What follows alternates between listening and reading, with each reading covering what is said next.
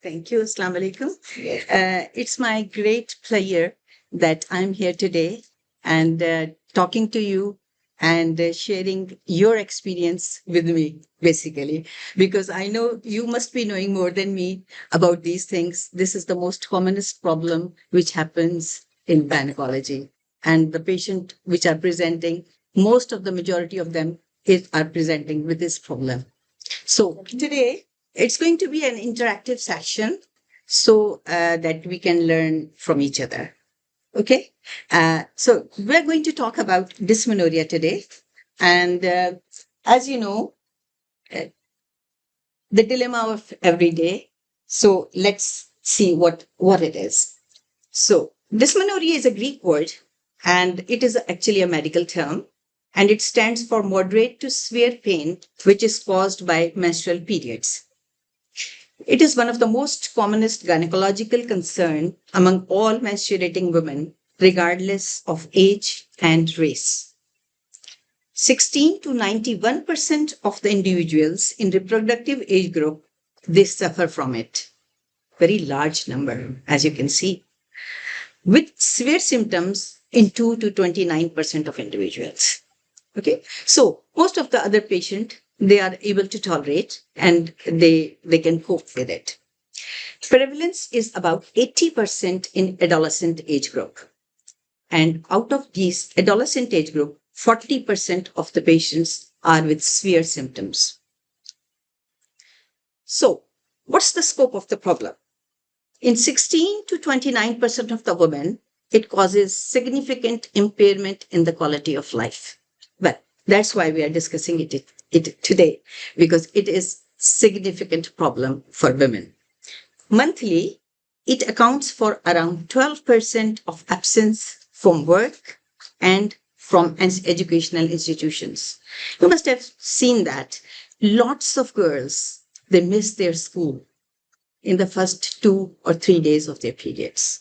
And it's a very, very big loss. For educational, same way, lots of people are on sick leave just because of this problem.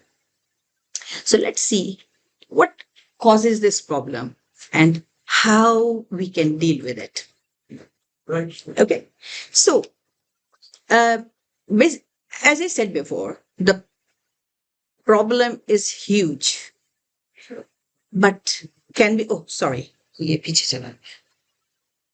But we can divide it into two problems, and then the management becomes more easy and more targeted. So, primary dysmenorrhea and secondary dysmenorrhea. Primary dysmenorrhea, when it is present in the absence of any other causative agent. Secondary, when it starts late and it is related with any other gynecological condition which is causing it. Now, primary dysmenorrhea, it usually begins 2 to 3. This pain of primary dysmenorrhea, how do we distinguish it from secondary dysmenorrhea? Very important to know about the pain. Okay?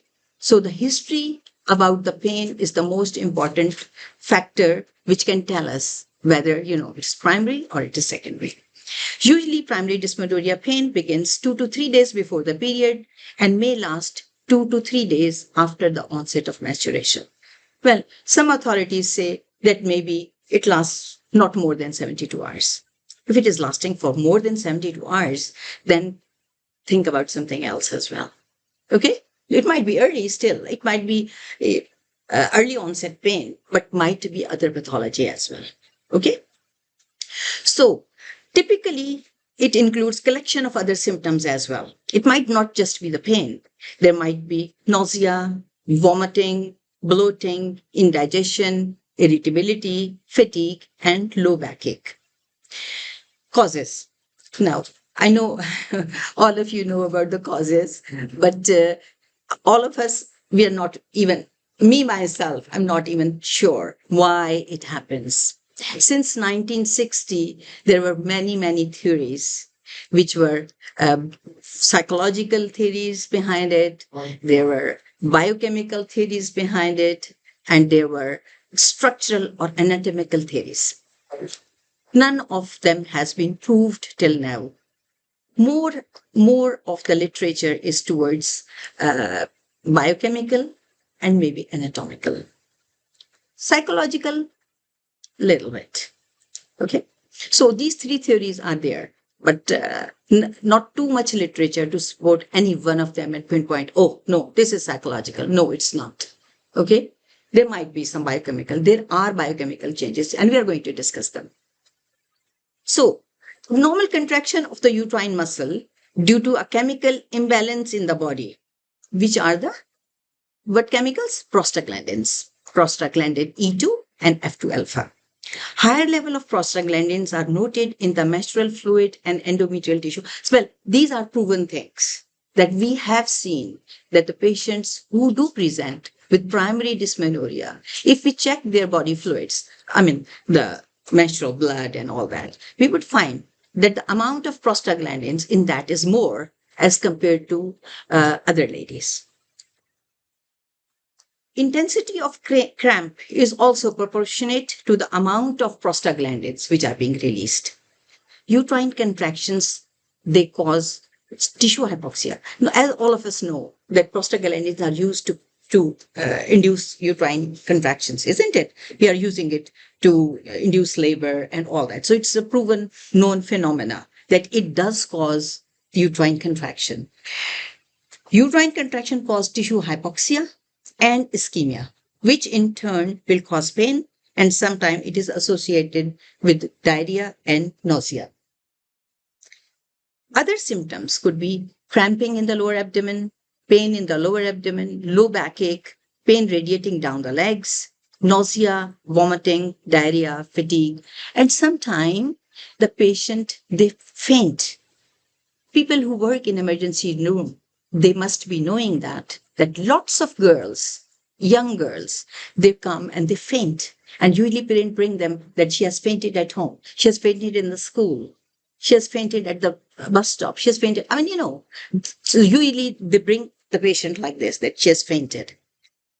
Dysmenorrhea is so common and it happens so frequent that people really, they don't take it that serious, isn't it? Yeah. Everyone gets period every month. Everyone get period every month. And, every month having the same problem. घर वाले भी tired हैं, परेशान हैं. यार क्या problem है? हर महीने ये problem है. These days, I've just the day before yesterday, I've seen a patient. This was a woman, Sas. Sas brought her Bahu. And she said, I'm tired of this. Do something to her. She gets this pain every month, and every month I have to take her to the emergency room, and every month we have to get her the injections, and we have to do this, and we have to do that. So she was so upset, and she said, I can't cope with it anymore. Do something to her. So this is what I'm saying. The problem is big, though it looks a bit small. Most of us, they suffer without even telling anybody, isn't it? Anyway, so nausea, vomiting, diarrhea, fatigue, fainting, headaches, these are the symptoms which do happen along with it. Might not be that significant, but pain is the most significant thing. So what are the risk factors which we can think that maybe the patients are more liable to have, maybe primary dysmenorrhea? Early menarche, women, girls who get their periods at a very early stage, 10 years, 9 years, below 11, they are at slightly higher risk of having primary dysmenorrhea. Then overweight people who try to reduce weight, or even people with a very high BMI and even people with a very low BMI, they are both at high risk of having dysmenorrhea. Smoking, again, another risk factor. Alcohol, it prolongs the period pain. Though it might not have a direct effect on dysmenorrhea, but people who are taking alcohol, in those people, the duration of dysmenorrhea is found to be longer.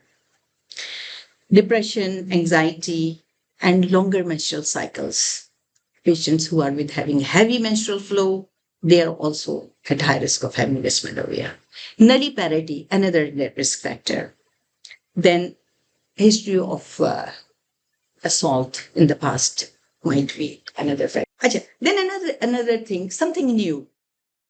It was not there before, but of course it's for secondary, not for primary dysmenorrhea. That's uterine niche.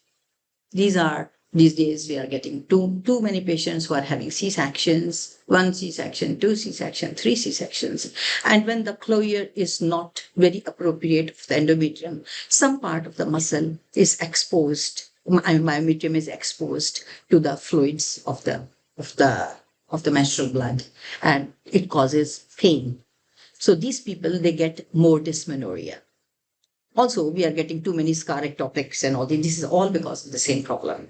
So these niche problems are there. Girls who have got family history of dysmenorrhea, like mom suffers from dysmenorrhea, aunt suffers from dysmenorrhia. I mean, it little bit risk for this girl as well to have dysmenorrhea as well. Now, again, as I said before, the pathophysiology, it's exactly the same phenomena on this chart. You can see it's so simple. Initially, estrogen and progesterone are released, then prostaglandin F2 alpha and prostaglandin E2 is released. That causes the shedding of the myometrium. There is sensitization of the efferent nerves.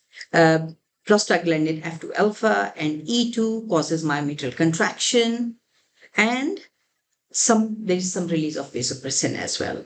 It causes constriction of the arterioles and then pain, uterine ischemia and pain, sensitization of nerves, pain, unknown factors, pain. So end result, pain.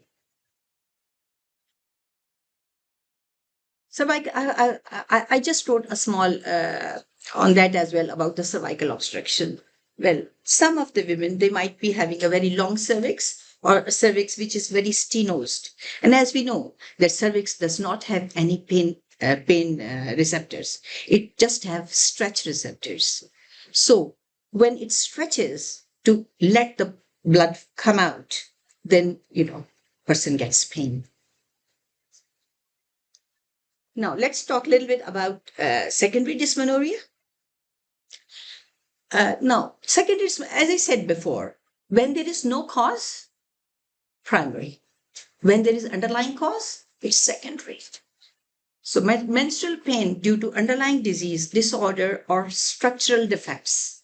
Structural defect we just discussed. There'll be other as well. I'll discuss them as well. It may affect any time after menarche and may be a new symptom in women between 30 to 40 years of age. So, basically, why did I write that? Why I'm highlighting it? It is because we should not just put label every patient as primary dysmenorrhea. Okay? Usually, it is primary dysmenorrhea. If it starts happening within 2 years of menarche, it is usually considered to be primary. But there could be some other factors as well. So if it is not solved by the initial treatment which we are giving to them, which I will highlight later on, then I think we should always keep our mind alert. There might be something else. Okay? Okay. So secondary dysmenorrhea might be associated with varying intensity of pain and at times other symptoms. Other symptoms like dyspareunia, very common symptom. There might be menorrhagia. There might be intermenstrual bleeding. There might be postcoital bleeding. And sometimes people, they talk about pain, which might be there when they wake up after sex in the morning. Other most important cause of dysmenorrhea, secondary dysmenorrhea, is endometriosis. Very, very common. And unfortunately, the dysmenorrhea, which is due to endometriosis, is found to be resistant to NSAIDs. Highest number of patients who don't respond are the patients who have endometriosis. 29% of the patients are of secondary dysmenorrhea might be having endometriosis one way or the other. As we know that what is endometriosis? It is implantation of the menstrual blood cells outside the womb. Outside the womb could still be outside the endometrial cavity. That's the main definition. It could still be inside the myometrium. When it's inside the myometrium, it is called adenomyosis. It's again same thing as endometriosis. Endometriosis outside the womb might be in the pelvis, near the tubes, blocking the tubes, causing hydrosalpinx, might be on the peritoneal lining, might be on the say uterosacral ligaments, and very, very fine even deposits of endometriosis can cause significant pain. Treatment for this type of dysmenorrhea is a nightmare, because if the pelvic peritoneum is involved, we usually have to peel it off in order to get rid of that. Otherwise, you can never get rid of it. Usually, that sort of surgery, in that surgery, there might be damage to other organs like ureters, they're just behind. I mean, I've seen many, many cases in which actually endometriosis has infiltrated into the just below the peritoneum, into the ureters, into the rectum, into other organs which are just behind, into the bladder. Sometimes people, they do bleed from the bladder. Endometriosis has become that much. Okay. Now, then let's go move forward. Then other things could be endometrial polyps. Sometime, as we all of us know, whenever there is a foreign body in the uterus, it tries to expel it out, isn't it? It contracts, tries to push it out. So sometimes polyps, they do behave like sometimes they are just lying there for years and years and years without anybody knowing that there are polyps there. But sometimes uterus is not happy with that polyp and it tries to push it out. So then pain happens. Okay, and they do get pain. Fibroid. Yeah, fibroids. Yes, of course. Did I not write fibroid? Yes, fibroids, of course. Interstitial cystitis, PID, and cesarean scar niche and IUCD, as we discussed it before. IUCD also, that's one of the main thing we tell our patients, isn't it? When we are putting the coil, that your uterus might not like it. It might try to push it out, isn't it? That's what we tell them. I mean, that's a known phenomenon that uterus tries to push out every foreign body. But then on the other hand, uterus might just like it and not push it out. And they are absolutely okay. So out of 100 patients, 90 are happy with the coil, but 10 patients are having pain. So we can't just ignore that pain. Might be related to infection, but might be related to the fact that uterus is trying to push it out.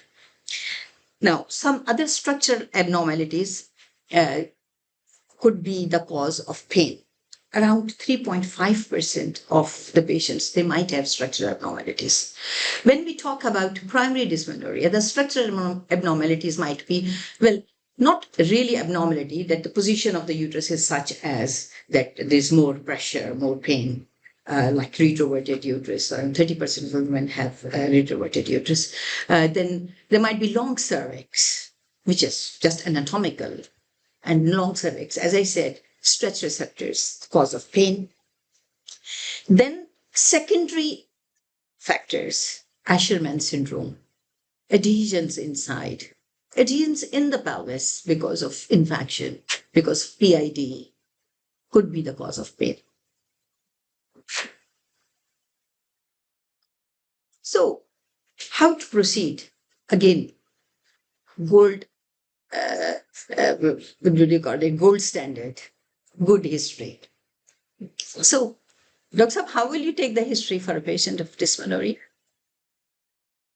Start from basic history. But Sorry? first of all, whenever we take to start from the presenting complaint and we explore the presenting complaint, then we take the past history, then and So presenting complaint is pain. okay, so we're gonna do this classified. Huh? So classified, the whole practice of it. Uh-huh. And then after that, after we're done with exploring that, we're gonna ask for the past history and family history. And along with that, we're gonna ask about taking any pills or anything like that, any medication. Contraception. Yeah. Contraception pills along with it. And if it's or the associated symptoms. If it's associated increases during intercourse, or if it's associated with the urination or anything like that, or if any exgravating factors are there, you can ask about normal. Okay, so what's the most important thing in the pain history? Which duration?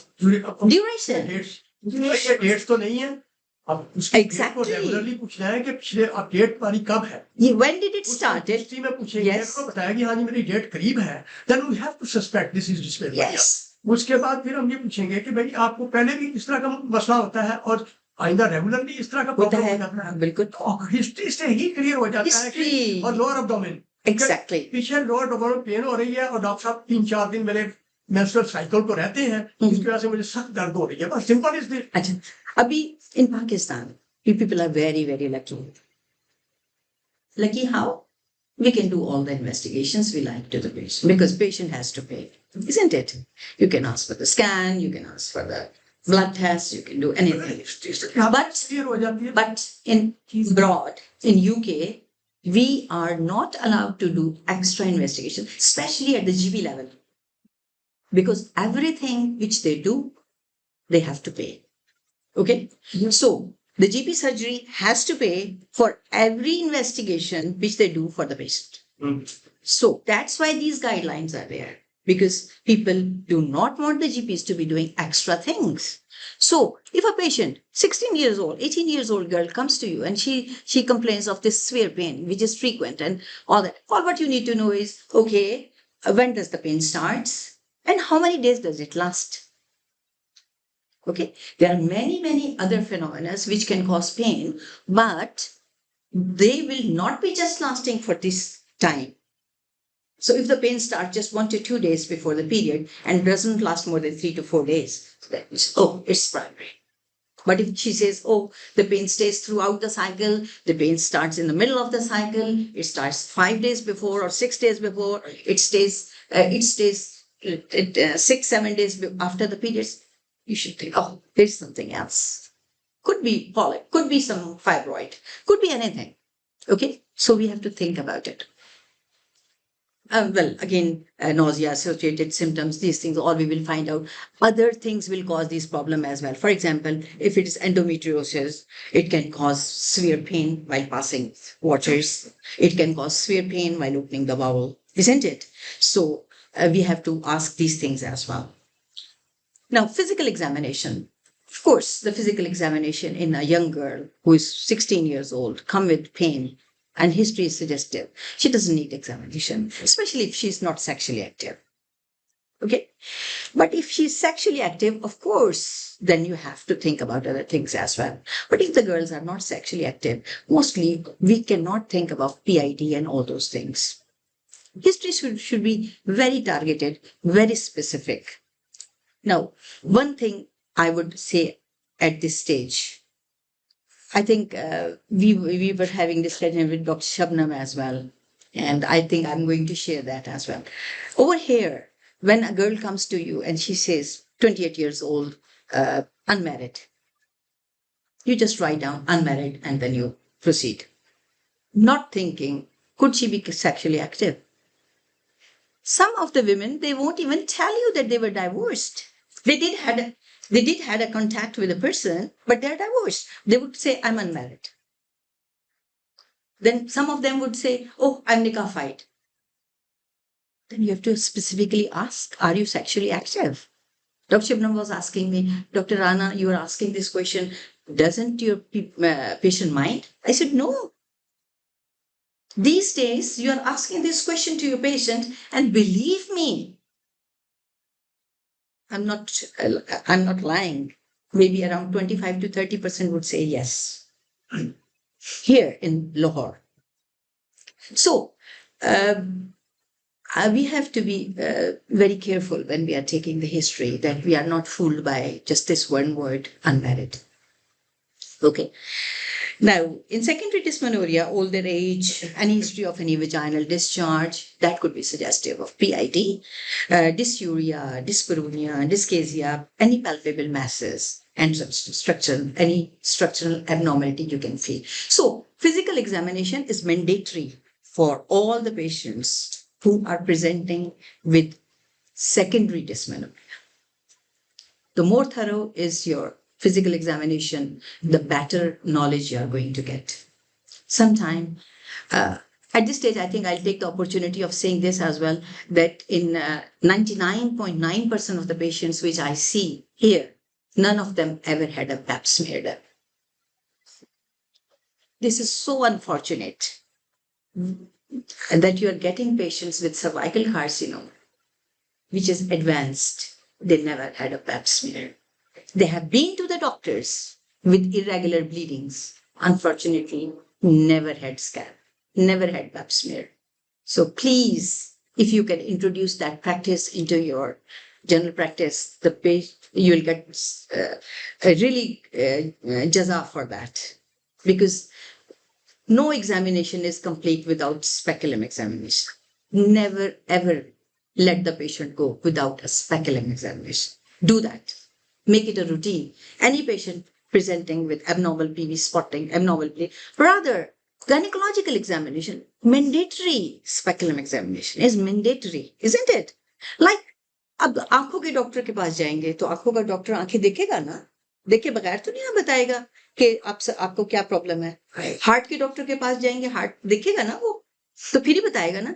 मेरे पास इतने patients आते हैं, infertile couples, never been examined from below, because मैं हमीद लतीफ में even वो कहते हैं, madam आप इतने क्यों करती है स्पेकुलम एग्जामिनेशन, बाकी डॉक्टर तो देखते ही नहीं नीचे से, मतलब आप क्यों करती हैं ये. मैंने कहा because I can see polyps hanging out from maybe that's the cause of infertility for her. They're doing the scan, it's not visible on that because it's coming out. So one simple examination has shown you so many things. Sorry, अब हम थोड़ा line से हट गए. Let's move forward. Again, the same thing as I said, that इसमें secondary dysmenorrhea में आपको बहुत ज्यादा opportunity मिल गई है, आपने pap smear कर लिया है, और फिर हम further evaluate कैसे करेंगे. So as we said, that nature we have already discussed the nature of pain. We have also discussed the maximum time of pain. We have discussed the peak of pain. We have discussed the duration of pain, and we have discussed the pelvic examination. And now we have also discussed the mandatory examination for the sexually active people, and also the pap smear. ये मैंने जानबूझ के लिखा. Okay, now ultrasound, next modality. Okay, to exclude other things like fibroids, position of the uterus, endometrial hyperplasia, abnormally thick endometrial lining, some echogenic foci in the endometrial cavity. These things all will be visible by the ultrasound. Abhi ultrasound mein, if you find out any pathology and if you're not sure about anything, well, even the adnexal masses, they are also cause of pelvic pain. They could cause dyspareunia as well. They can cause dysmenorrhea. So after ultrasound, we can proceed to MRI, CT scan, and if required, for laparoscopy. Now, treatment and management. First of all, if it's primary, for both, even primary and secondary, the most important thing is patient education, reassurance, and supportive therapy. Then comes the medical management, which could be either pharmacological or non-pharmacological. Okay? Which posture do you advise to your patients with primary dysmenorrhea? Simple spine posture is best. Fetal position. Actually, the studies have shown the fetal position. That means दोनों टांगों को अपने इसके साथ tummy के साथ लगा के और हग कर लो इस तरह से. That is the best position for dysmenorrhea. And patient, it helps the patient. All the studies have shown that the fetal position is the most beneficial position. Sorry? कुछ पूछ रहे? अच्छा. How come this is very Huh? Well, थोड़ा सा बहुत I don't know. Maybe it causes some pressure. Structures Maybe it causes some pressure on the pelvic structure, or maybe some relaxation. these positions, the pelvic structure, they will be relaxed. But when the legs will be extended, your limb will be extended. They are not More relaxed. pressure on that. Yes. And that is maybe that. Yeah. That was. Maybe that's why we deliver the patient in lithotomy position, isn't it? In lithotomy, when you take the legs up, the all the muscles of the pelvis they relax, isn't it? So maybe that. I've not really looked into. Yeah, sure. Okay, just hypothesis, but maybe this can be the factor when you hug your legs, you're releasing the same, you're putting the pressure, you're releasing oxytocin. Oxytocin, That's gonna create the pain. That's gonna have an effect on it. That's good hormones and all that. No, oxytocin will not relieve pain. It can cause more because it contracts the muscle. No, That's not- when you hug Sign someone, protection. so the hormones does that. Mhm. They actually calm you down. And even when you're putting pressure on anything, it causes the gateway mechanisms. Yeah, causing this is exactly what I thought as well, because I've seen many girls that when they are in that position, they say, "Oh, doctor, बहुत comfort मिलता है इस Yeah. position से." Number 2 is heat application. Simple thing, वो heat के जो bottles होती हैं, water bottles, it helps. It is wet. Why? It causes vasodilation. हमारा problem तो vasoconstriction था ना, so it causes vasodilation. So it does help. So you can always advise your patient to use that. Then it has been noted that people who are active, they have got very active lifestyle, they get very less dysmenorrhea. Very less patients of dysmenorrhea are the ones who are very active. Active patient की बात की है during menstrual cycle. Hmm. I think you are agree that No, I'm not talking about. dysmenorrhea. We will advise her to take exercise. No, I'm talking about Rest active at lifestyle. I'm talking about active No. lifestyle, health, normal lifestyle. People who have got active lifestyle, they are very few patients of dysmenorrhea in that group. Right. Even some people, they say, हमें तो पता भी नहीं चलता when we get it and when we, there's so many people because they're active. The girls who are just lying in the bed all the time, sitting, watching computer, a bit more chance of having dysmenorrhea. Then diet, balanced diet, which is rich in vitamin and minerals, should be advised. And CAM, complementary alternative medicine. So what's that? Does anybody know about it? During periods. Yeah. What is Yes, CAM? What does it? And this was what it plus NSAID. If we give combination. No. That is actually वो उस पे हम बाद में आते हैं. ये तो हम talk कर रहे हैं complementary alternative medicine जैसे herbal medicine. Exactly. No medicine of pharmacology. Chinese क्या है वो go king क्या चीज joking something like this, and also acupuncture and these things very famous in many countries, especially China, and also it's getting more and more famous in West. Okay, I don't know about Pakistan, but it's quite famous in other countries.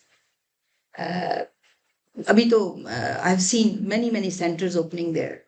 और अभी तो वो training भी कर रहे हैं acupuncture की या नर्व्स की. एफरेंट जो उसमें नर्व्स होते हैं उनको ब्लॉकेज कर देते हैं जिसकी वजह से पेन वो एक्यूपंक्चर का बिल्कुल they are doing that. So let's see what it is. I don't know, we might find something good in it, but the studies have not shown it to be of that much benefit that it should be introduced into the कोई NHS की हम जैसे England की बात करते हैं कि उसमें कोई चीज नहीं है ऐसी, लेकिन हाँ people they do say that they do get benefit out of it. There are many studies on it, but not much work has been done. Okay, so next, it's just a small chart, flow chart. If you want to take a picture of that, you can do that. It's very easy flow chart. When history is consistent with primary dysmenorrhea, normal findings from the pelvic examination, negative results on the urinary HCG pregnancy test. Of course, as you said before, we were discussing that whenever a patient comes to you, you should always find out that she is not pregnant, isn't it? Never get fooled by the fact that she says that she's not married. Okay? Right. So first of all, what we can do is, for these patients, we can do a trial of NSAIDs or oral contraceptives. Okay, so if symptoms are relieved with these sort of medication, continue the therapy and reassess in 6 months' time. If symptoms are not relieved by this simple measure, then do the laboratory testing, do STD screening, etc. So if the STD screening is positive, then of course you treat the PID. And if it is not, then ask for a pelvic ultrasound. Okay? If in the pelvic ultrasound there are positive findings, for example, you find fibroid, you find polyp, you find some adnexal mass, then treat the pathology, whatsoever it is. And if there is no positive finding on the ultrasound as well, for example, everything is normal, then what to do? Then you should again reassess the clinical history and see. At that stage, you might think about doing CT scan or MRI, or a bit more advanced, you can go for hysteroscopy, laparoscopy, if there is any clinical suspicion. So if on that you find a positive finding, then you of course treat that pathology. Otherwise, you can consider it's a chronic pelvic pain. And we can have a multidisciplinary approach. Pain team होती हैं, उनको refer कर सकते हैं आप, कुछ हो गया chronic उस पे medications पे रख सकते हैं. अच्छा, now most awaited pharmacological treatment. So, as we said before, NSAIDs are the first line of treatment. There's no doubt about it. But as I said, the endometriosis related dysmenorrhea, which is secondary dysmenorrhea, it is very resistant to NSAID therapy. Resistant. इसमें reason क्या है? Because we have to treat the cause. The problem is उसमें भी अगर NSAID तो answer देंगे तो नहीं। prostaglandin inhibition होगी, इसके अलावा लेकिन prostaglandins are not causing pain outside. They are causing pain inside the womb. endometriosis होगी, there is edema, and that edematous जो उसमें inflammatory जो processes हैं, and that will cause the pain. Yes. And if we give NSAID, which is COX inhibitor and prostaglandin inhibitor, then ultimately the synthesis of these prostaglandin will be reduced, and with that result, the inflammation will be increased. And You're absolutely right in that. You're absolutely right. But the problem with endometriosis, especially the pelvic endometriosis, as I said before, when we put the scope in, we'll see the scarring. I mean, I'm not talking about like little endometriosis or grade 1. Blood में जो भी हम देंगे blood में जाएगा, तो जहां भी एंडोमेट्रियोसिस होगा वहां पे जाकर ब्लड जाएगा, और वहां पे जो एंसर या जो भी एंटीस्पाज्मेटिक देंगे वहां पहुंच जाएगा, and that will start its action. But the problem is the pain. the menstrual flow is only for few days, isn't it? तो few days तो आपने दे है ही दी. नहीं, यूट्रस में तो है ही नहीं. नहीं, हम बाहर की बात कर रहे हैं, बाहर की बात कर रहे हैं ना, तो बाहर तो जो फिनोमेना शुरू हो गया, वो तो शुरू हो गया, जो स्कारिंग हो गई, जो उन्होंने नीचे नर्व्स को ट्रैप कर लिया, तो वो तो फिनोमेना है, वो तो खत्म ही नहीं होता. इसीलिए उन्होंने ये वाली बात की है कि फिर हमें आगे चलना और ये पड़ता है. पीरियड के दौरान ही होता है. Not like Periods the duration. उससे पहले नहीं होता. No, the duration for endometriosis pain is long. It's very long. It has got long. इसीलिए तो हम डिफरेंशिएट कर रहे हैं दो चीजों में कि जो एंडोमेट्रियोसिस वाला पेन है वो तो इतना लॉन्ग है, पेशेंट को डिबिलिटेट कर देता है, उसको डिसेबल कर देता है. हमारे पास तो वहाँ मरीज अस्पतालों में पड़े रहते हैं कितने कितने दिन, जब तक उनकी लेप्रोस्कोपी ना करें और कुछ उनको छीलें छालें ना अंदर से, तो वो जाते ही नहीं है घर. तो बहुत ज्यादा है वहां तो common. Alhamdulillah, it's less common in Pakistan. It's extremely common in the West. Endometriosis. अच्छा, उसके बाद फिर हम आ जाते हैं. Now I want to discuss a little bit more of these NSAIDs. Now, इनमें से phenamates जो हैं, जिसमें आ जाता है mefenamic acid, it is found to be more effective as compared to phenyl propionic acid, जिसमें ibuprofen और naproxen आता है. तो फेनमेट्स जो है उसमें आता है पॉन्स्टन. जब हम पढ़ रहे थे when we were students, since that time ये हमारे हाथों के ऊपर है पॉन्स्टन. और अभी स्टडीज ने प्रूव किया कि yes it is more effective as compare to ibuprofen. नहीं, इसमें थोड़ा सा प्रॉब्लम मैक्सिलिक एसिड का लिखने का नहीं है, सिर्फ Sorry. कहना है कि अगर if anyone who is not having any you see APD acid peptic disease and mostly they are complaining, doctor, when we are taking mefenamic acid we have gastric pain. Yeah. So if anyone who is not having such kind of symptoms, there's no problem of giving this mefenamic acid. Otherwise there are the alternatives. Yeah, that's what I'm going to discuss later on the same slide. That if somebody is allergic or having gastric problems, then what to do with them. So, so what I was talking about was that these things, they have a dual action. They block the production of prostaglandin and also inhibits the action of prostaglandin. That's why usually what we say is that if after delivery, I don't know whether there are any gynecologists here or not, but I mean doing deliveries, तो वो देते हैं माइजोप्रोस्टॉल पर rectal दे देते हैं और साथ ही Warren की सपोजिटरी रख देते हैं। वो तो एक दूसरे को अपोज करते हैं ना, एक दूसरे का एक्शन तो अगेंस्ट है दोनों के। तो इसलिए हम हमेशा कहते हैं कि जब भी हाँ, और इसी तरह से जब आप मिसकैरेज करते हैं किसी पेशेंट के लिए, उसमें मिसकैरेज क्या कहना चाहिए, आप टर्मिनेशन ऑफ प्रेगनेंसी करते हैं, जैसे मिसकैरेज है जो कुछ भी है, and you are doing the termination for that and you are using misoprostol, people are giving warren along with that, yeah, ibuprofen along with that. Don't do that. Don't do that. Give paracetamol. Don't give that, because they are both it is nullifying the action of the miso. फिर आप कहते हो patient को कुछ हुआ नहीं, patient कहता है मुझे इतने दिन से दवाई दिए जा रहे हैं मुझे तो कुछ भी नहीं हुआ. Isn't it? The reason being that we are doing it in a wrong way. Not a wrong way, I mean, well, तो ये हमें थोड़ा सा केयरफुल होना पड़ता है इसमें. इसी तरह पीपीएच में आप माइजोप्रोस्टॉल रेक्टली देते हो, साथ एक वॉरेन की वॉल्ट्रॉल सपोजिटरी लगा देते हो कि चलो पेन भी नहीं होएगा, एपिजियोटमी हो गया इसकी. नहीं, डोंट डू दैट. ओके, तो वॉरेन या जो कुछ भी लगाना है उसको चाहे फिर ऊपर से लगा दो, लेकिन साथ ही आपने रख दिया, दोनों का एक्शन कम होना शुरू हो गया. What's the point?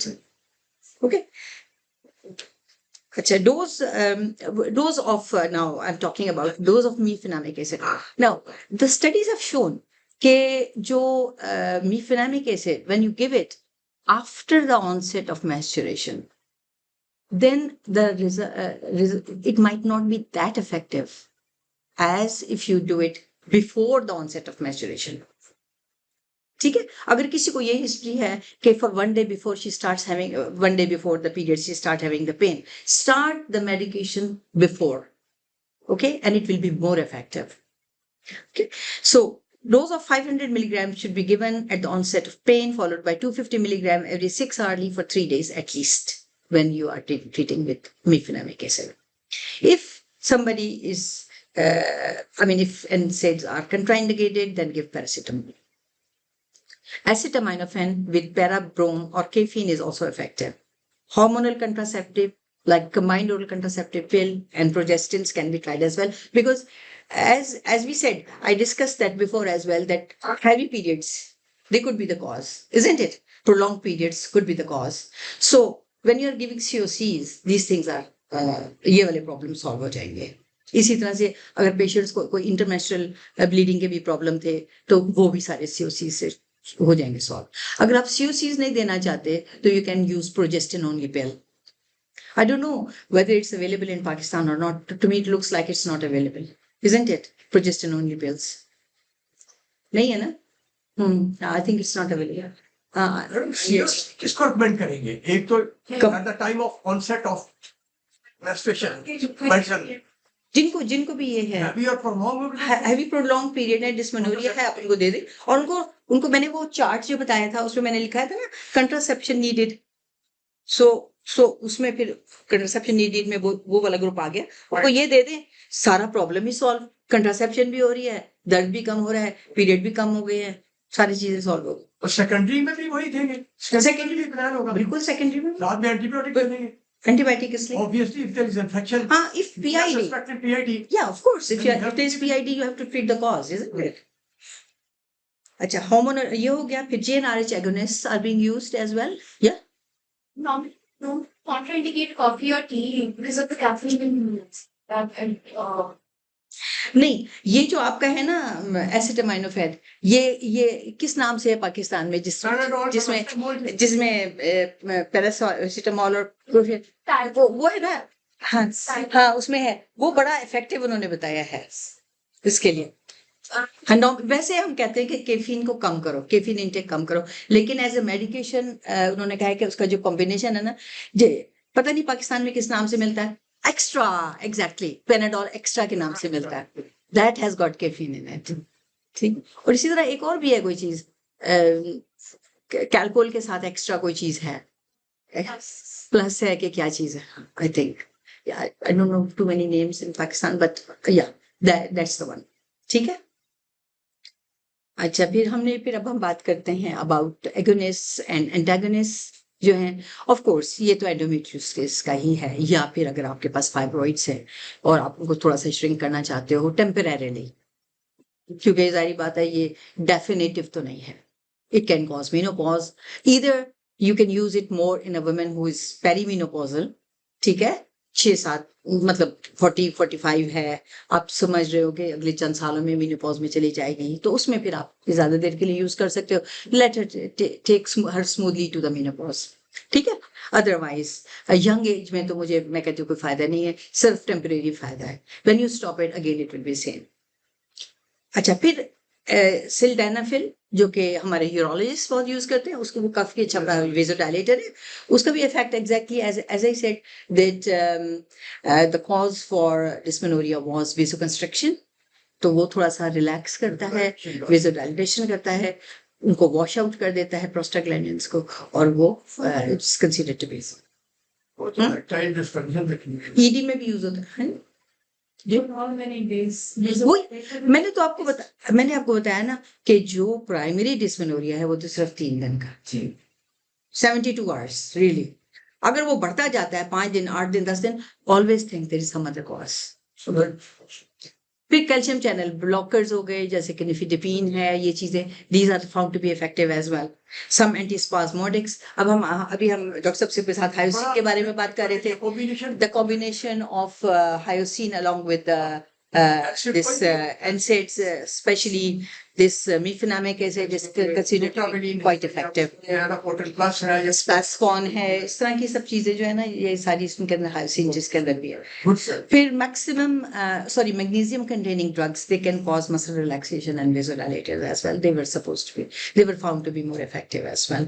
Then in the last we will come for the surgical option for the obvious causes which are lying there, which are causing pain to the patient.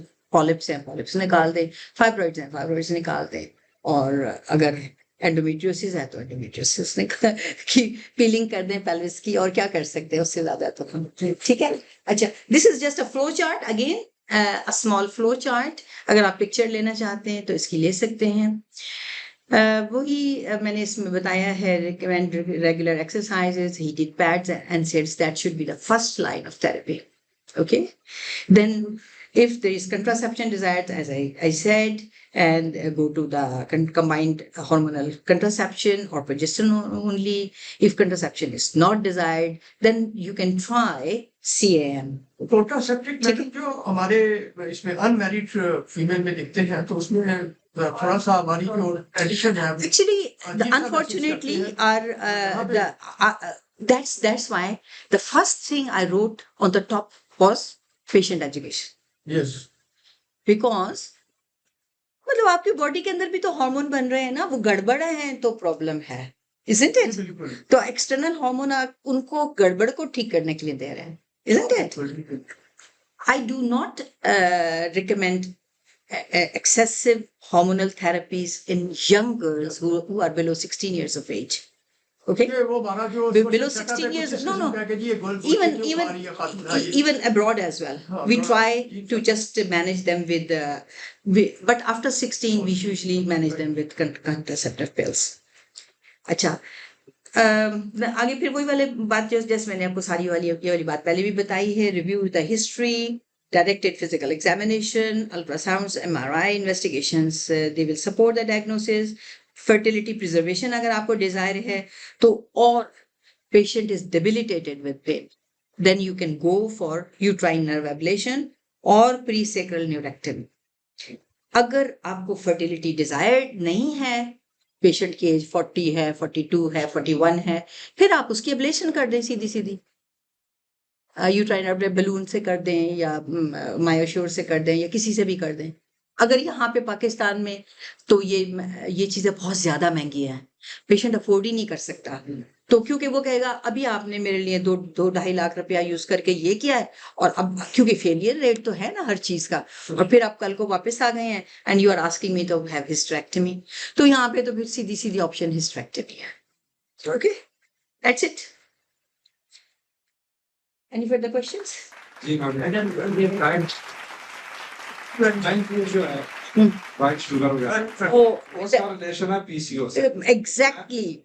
If you go online, you will see I have got hundreds of videos which I have done just for the patient's sake. कि पाकिस्तान में लोगों को awareness नहीं है, पाकिस्तान में लोगों को पता नहीं है, पाकिस्तान में लोगों को अपना ख्याल नहीं पता कि क्या करना है। तो polycystic ovaries are related to सफेद नशास्ता, व्हाइट नशास्ता कहते हैं जिसको आप, ये मैदा कहते हैं, मेरा सवाल है एंड शुगर। ये प्राइमरी डिस्मेनोरिया है, इसके भी एनी स्टडी है कि इसका रिलेशन है रिफाइंड फूड से? नहीं, जो प्राइमरी डिस्मेनोरिया में इसका जो ताल्लुक होगा वो पॉलीसिस्टिक ओवरीज के थ्रू ही हो सकता है, क्योंकि it can cause.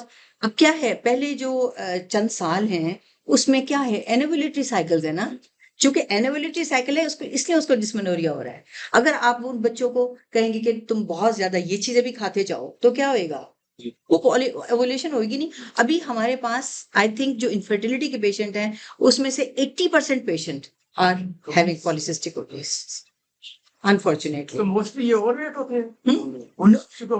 Not necessarily. They might not be overweight, but because polycystic ovaries, it causes insulin resistance. पतला पेशेंट भी हो सकता है, ठीक है। और यहाँ पे पेशेंट आके कहता है नहीं नहीं नहीं नहीं, मेरा अल्ट्रासाउंड तो बिल्कुल ठीक है। Ultrasound is not the only diagnosis. There might be hormonal imbalance which is happening there, isn't it? There might be insulin resistance which is happening. The insulin resistance is making your body's fat not converted into energy. It's getting converted to fat. Isn't it? It's getting stored. Normal आ जाए और polycystic ovary है तो फिर कौन सा test हुआ था ठीक होगा? अच्छा देखिए, हम करते हैं एक और टेस्ट है डे 2 हार्मोनल टेस्ट हम करते हैं, लेकिन हार्मोनल टेस्ट में भी यहाँ पे मैंने देखा है ज्यादातर लोग जिस टेस्ट को नॉर्मल कह के भेज देते हैं वो नॉर्मल नहीं होता एक्चुअली। FSH LH चेक करते हैं, ठीक है। FSH LH का लेवल नॉर्मल आया है, लेवल नहीं नहीं, एक मिनट वो चेक करते हैं, लेकिन FSH LH मेन चीज है। FSH LH का लेवल ठीक है, आपको ये तो नहीं देखा आपने कि FSH LH का रेशियो उल्टा हुआ है। Actually, it's not the number of what you are getting. It is the ratio what you are getting is related in polycystic ovaries. So, hundreds of patients have come to me with the diagnosis. नहीं नहीं, मेरा तो बिल्कुल ठीक था, देखिए doctor साहब ने लिखा है बिल्कुल सही है। It's not. Okay? What's the right time to advise this test? Day 2. सारा कुछ Day 2 पे ही कर लिया करें, बेस्ट टाइम है। प्रोलैक्टिन भी कर लिया करें साथ ही। क्यों सेक्स नहीं की हुई होती, आमतौर पे दूसरे दिनों में पता नहीं होता, आप पेशेंट को बाज़ एडवाइस करना भी भूल जाते हो, प्रोलैक्टिन लेवल हाई आ जाता है, आप समझते हो प्रोलैक्टिन नहीं is the cause. Actually the night before अगर कोई भी इस तरह की एक्टिविटी हुई है, इवन अगर सुबह वो बात लेकर आई है, शॉवर लेकर आई है, कुछ निपल स्टिमुलेशन हुई, उससे भी still prolactin level could be high. Okay, तो ये छोटी सी चीजें होती है, छोटी छोटी चीजें कि वो आप पेशेंट को उस तरह से एडवाइस कर दें। Anything else? Thank you madam. No. Thank you so much.